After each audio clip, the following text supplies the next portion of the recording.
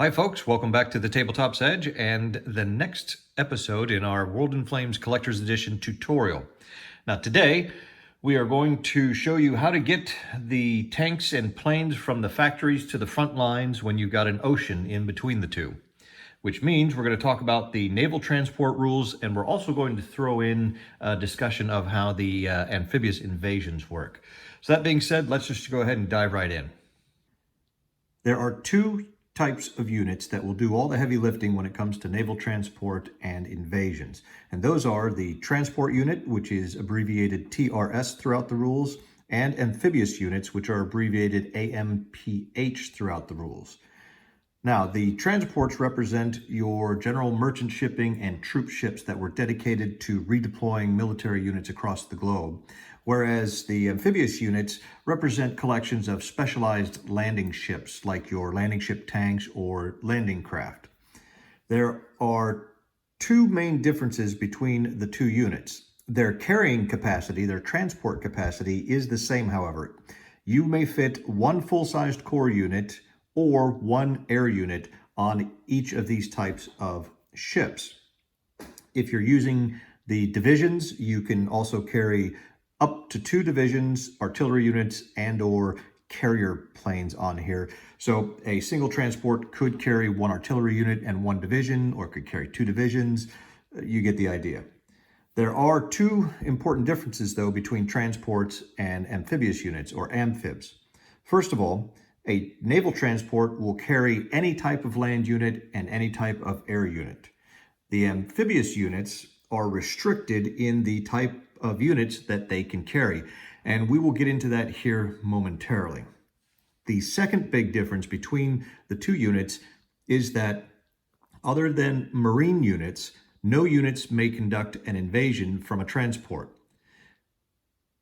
Amphibious units are going to be the transport that your naval transport that you're going to need in order to invade enemy coastlines. So if you're going from a friendly controlled coastal hex to another friendly controlled coastal hex or port, you'll be able to use your transport. But if you're looking to land your troops in an enemy controlled hex, you're going to need your amphibious units. The Commonwealth has one counter that represents the Queen Mary and Queen Elizabeth passenger liners that were converted into fast troop ships during the war. This counter acts like a hybrid between transports and amphibs in the sense that the Queens may only carry the same type of units that an amphibious counter can carry. However, in all other respects, it's treated like a transport. And to remind you of that, if you flip the counters over, you will see that it has the transport silhouette on the back as opposed to the amphibious silhouette on the back. So the Queens are restricted in the types of units they can carry in the same fashion as amphibious units. However, you are not allowed to invade from the Queens. Now, let's take a look and see what type of units the amphibious units and the Queens are restricted to carrying. Near the back of the Campaigns and Player's Guide booklet on page 64, you'll find this unit costs and characteristics chart. I haven't referenced this very much so far, but it might be worth a quick look here. You'll see it's a full page chart, and it lists every type of unit that is available in the game. Land, air, sea, even facilities like factories, roads, and rail. And across the top, it gives you all kinds of information about that particular type of unit. It gives you its cost and build points, the number of turns it takes to build, its class, which is what we're going to come back to in a moment, the type of movement, whether it's leg or motorized, is it an oil-dependent unit, what the garrison value is, how much air transport cost capacity it takes up, how much naval transport capacity it requires, whether or not it may invade. We'll also talk about that. And then the last 2 columns just show you what the original game or kit, expansion kit that the unit first made its appearance in. And then the last one is where you can find that type of unit in the current collector's edition. Now, with amphibious and transport, naval transports, amphibious units are restricted to carrying only units that are capable of invading.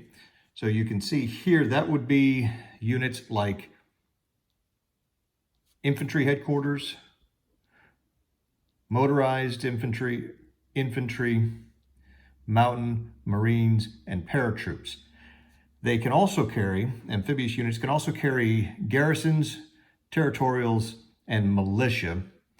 And a unit does not necessarily need to invade when being transported by an amphibious unit. It can land in a friendly port or on a friendly coastal hex if that's your choice. So amphibious units can double as regular naval transport if you need to move the units. They're just going to be restricted to the aforementioned unit types.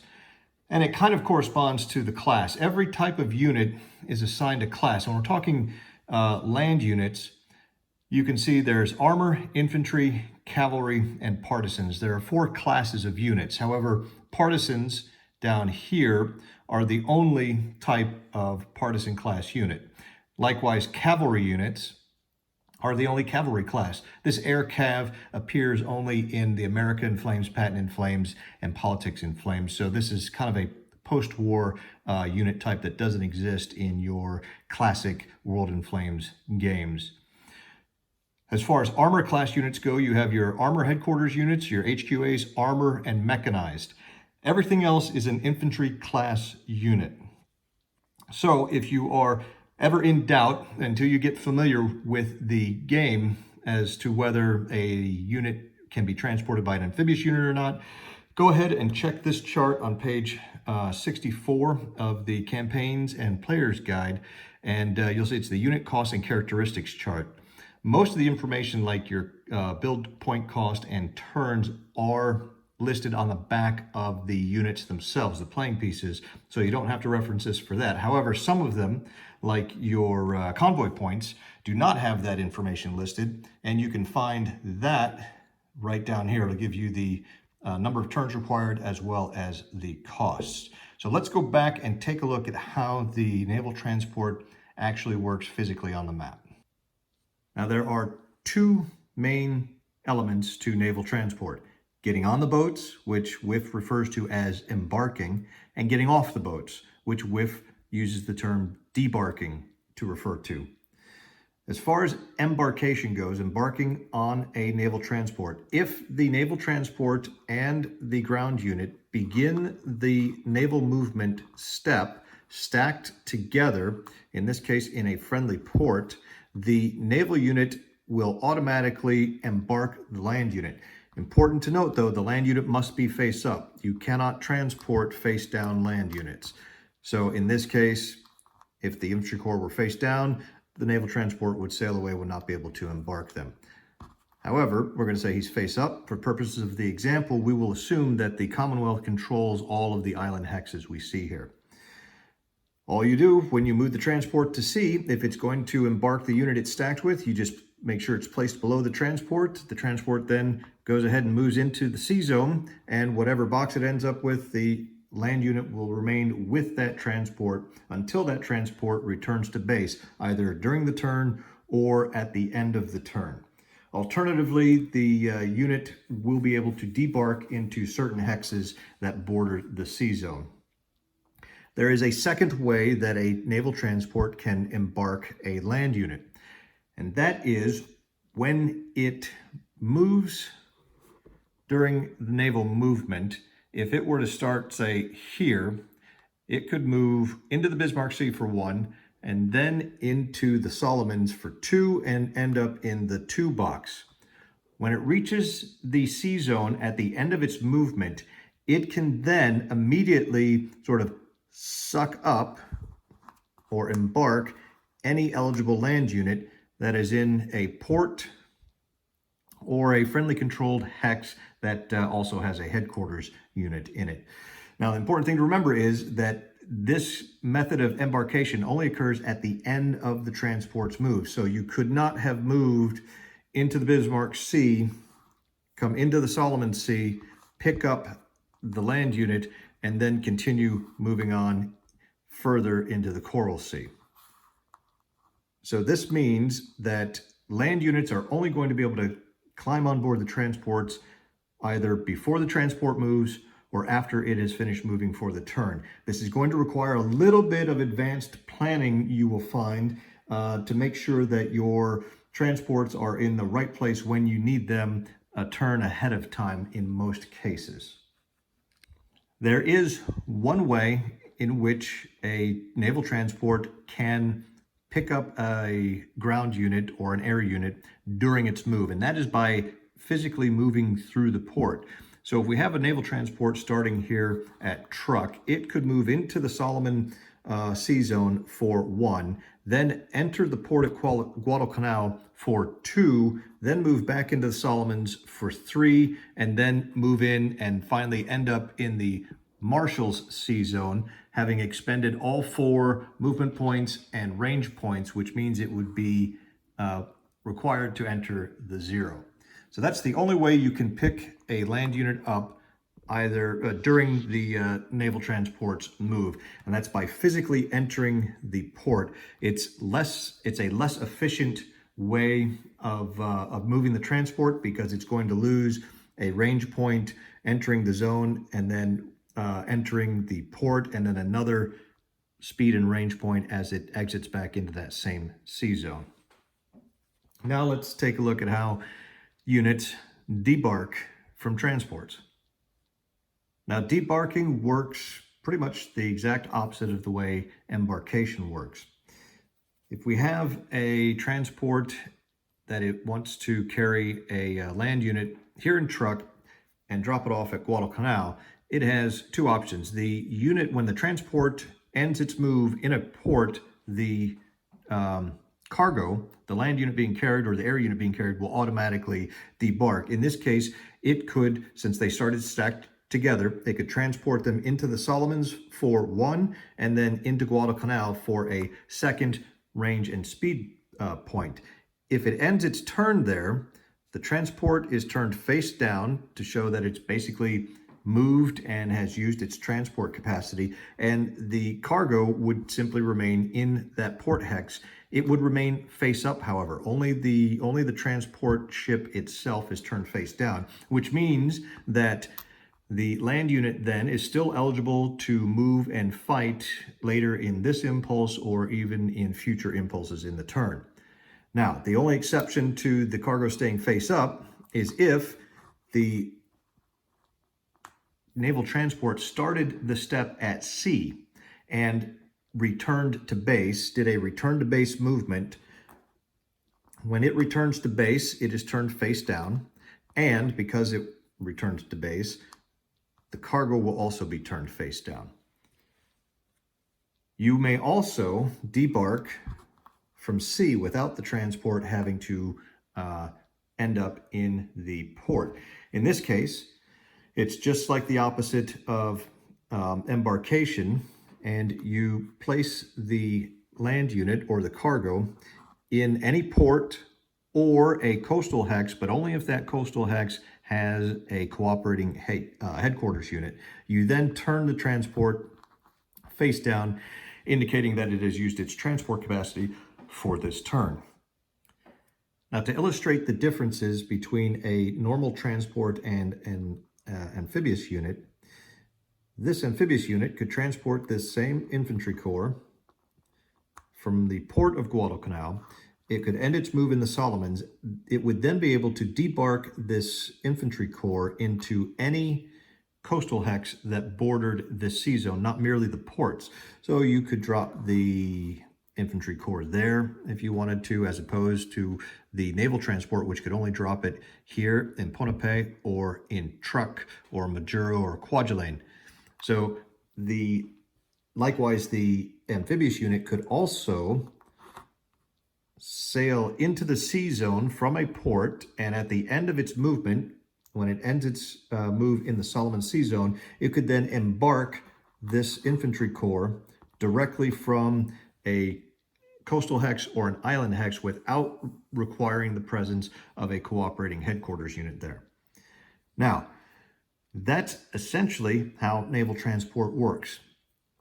What if, though, instead of carrying a unit from a friendly controlled hex to another friendly controlled hex, you instead wanted to invade an enemy-held coastline or island, such as the Japanese naval base here at Truk.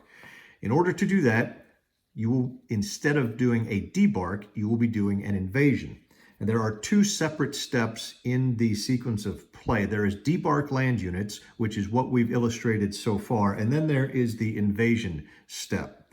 Also, if you are debarking aircraft units from sea, from a transport unit, they would debark from the unit into a friendly controlled port or coastal hex with a headquarters unit during the air rebase phase, and it would count as an air rebase towards your action limits for that type of impulse you chose.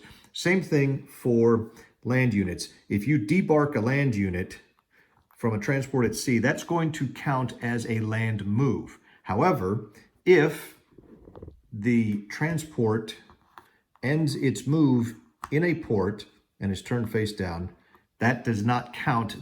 When the unit debarks automatically, it will not count against your move limit. So that's something else to keep in mind too.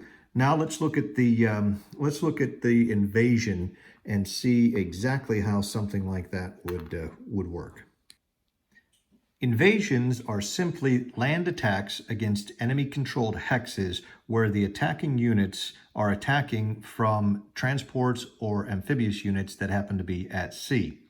In the example we're going to walk through here, the Allies have a small naval task force based here at Rabaul, and it includes a naval transport and one amphibious unit, and stacked in the hex is an American Marine Corps and a South African Infantry Corps.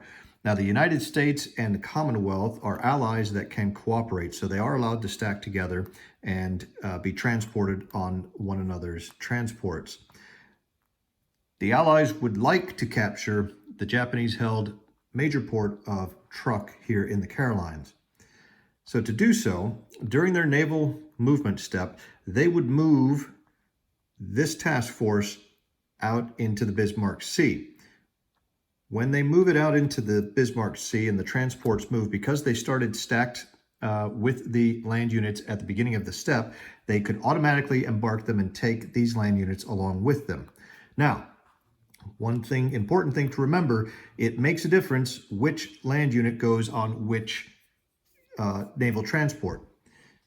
The Marines can invade from an amphibious unit, but they can also invade from the transport. The regular infantry corps, however, cannot invade from a transport. It can only invade from an amphibious unit. So if you wanted to use both of these units in the invasion against Truk, you would need to make sure that the infantry corps ended up on the amphibious unit and the Marine Corps ended up on the transports. Now, the entire stack, the slowest naval unit happens to be these transports, each with a movement of 4.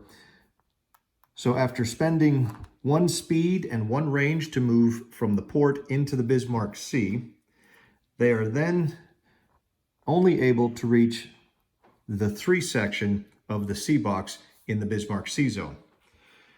They would remain at sea until the invasion step of the impulse, assuming that the Commonwealth and the United States in this case chose at least a combined impulse. The United States, since they had no naval units moving, could have gotten away with choosing a land impulse because the only unit of theirs that's going to be doing any action in this particular impulse is the Marine Corps, and the unit is automatically embarked on the transport when it leaves port.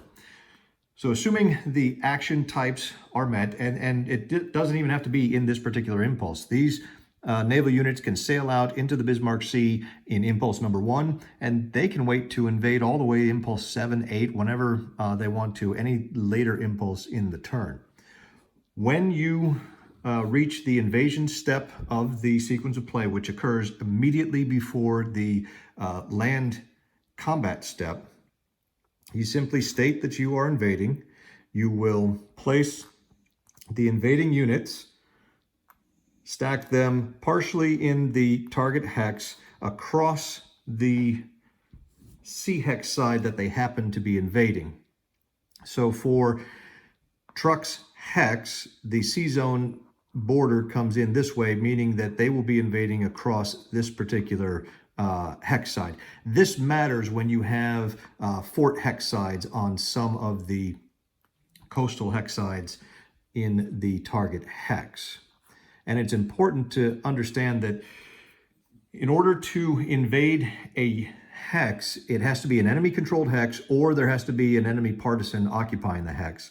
It has to be a coastal, it has to have at least one coastal hex side, all coastal hex side that borders the sea zone. And the sea zone begins where the hex dots begin. So in this case, that's fine because this hex side of the truck hex touches this hex dot. However, if we slide over a little bit to the west here and take a look at a hex in Java, you will see that this is hex A619. And there's coastline here, and there's also a little bit of coastline right here in the hex. This hex can be invaded from the South China Sea because of the sea dot right here is adjacent to this hex side, allowing units to invade this way. However, it cannot be invaded from the Indian Ocean down here because even though there's a little bit of coastal hex side here, it's not adjacent to a sea dot in the sea zone. There are two other coastal hexes there. So these hexes are eligible to be invaded, but you would not be able to invade directly into this hex from the East Indian Ocean. There are several hexes scattered throughout the maps similar to that. Again, if we look over, staying in the same general area here in Northern Australia, here's the sea dot for the Timor Sea Zone, which is located here. And you'll see that Groot Liland can be invaded. That island, this hex can be invaded on the coast here. However, this hex, this hex, this hex, and this hex are ineligible to be invaded because they do not border a sea dot that is part of the sea zone. So getting back to our example of the truck invasion, during the invasion step, we will declare the attack and we will stack all of our invading units across the hex side leading into the hex. Then, during the land combat step, we will resolve this attack just like we would resolve any other land combat. There are a couple of minor differences. Let's look at those. Now, the transports that the invading units are invading from are turned face down at the end of the invasion step that the units invade. So we would turn both of those face down. The first big difference between an invasion and a normal land combat is that the invading units are all halved for invading, except for marine units, unless those marine units are invading from a normal transport. And in our example here, we had the South African Infantry Corps invading from the amphibious unit, and the Marine Corps were invading from the regular naval transport. That means they would both be halved, 2.5 plus 2.5, giving us a 5. If instead, however, we had two amphibious units available for this operation, the Marine Corps invading from the amphibious unit would not be halved, and the attacking ground strength would be 5 plus 2.5, or 7.5. Now, you can see the Americans have sent some ships out from, say, a naval base a little bit further away than Rabaul, and they were only able to enter the 2 section of the Bismarck Sea. They also have some air units up here in Guam that are within range, and they're going to send them down to provide air support to the invasion. The Allies will be able to add shore bombardment as well to support the attack. Shore bombardment works essentially the same way as air support. For every point of shore bombardment that you provide, you're going to add that to the attacking ground strength. So in this case, we have 7.5 in ground factors. And again, like a normal land combat, you can never add more air support or shore bombardment factors than you have land factors attacking. However, the totals for air support and shore bombardment are separate. So it would be theoretically possible to triple your attacking unit's strength if you could max out your shore bombardment as well as your air support. In this case, we have 7.5 land. There are a total of 6, plus the carrier plane would make 7 air support factors. We could then add shore bombardment. Now, the Royal Navy, the Hood has a 2 shore bombardment factor. The Renown has 2 factors. Sheffield has 0. Belfast has 0. Edinburgh has 1, which would give us 5 shore bombardment factors. The United States naval units can also add their shore bombardment, again, because the Commonwealth and the U.S. cooperate, makes all of this possible. However, even though the Mississippi has a 3 shore bombardment factor, it is located in the 2 box. And if you'll recall, in an earlier episode, we talked about the numbers in the upper left-hand corner of these sections of the C boxes. There's a 1 in this case. That means that that number is going to be subtracted from each individual unit's shore bombardment factor when they contribute to the battle. So the Mississippi has a 3 minus 1, means it would only contribute 2. That brings us to 2, 4, 5, 7. We could have the New Mexico contribute as well, but instead of adding 2 points for a total of 9, we're limited by the fact that we only have a total of 7.5 land units attacking. So with the New Mexico and the Mississippi contributing shore bombardment, that would give us 7.5 factors of shore bombardment. Now, every naval unit that provides shore bombardment to an invasion or a land attack that is occurring in a coastal hex is then turned face down as part of the land combat resolution. This brings our attacking total to 7.5 for land factors, plus 7.5 in shore bombardment for a total of 15, plus 3, 6, 7 air for a total of 22 attacking land factors.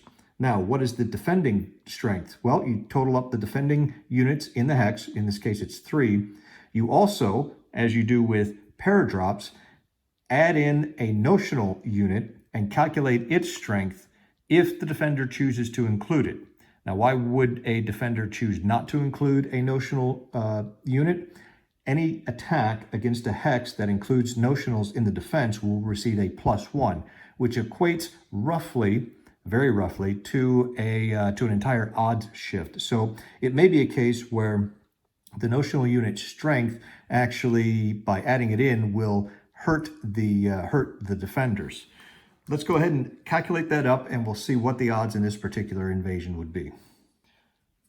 All notional units begin with a strength of 1. That is then modified depending upon certain factors that may apply in this particular case.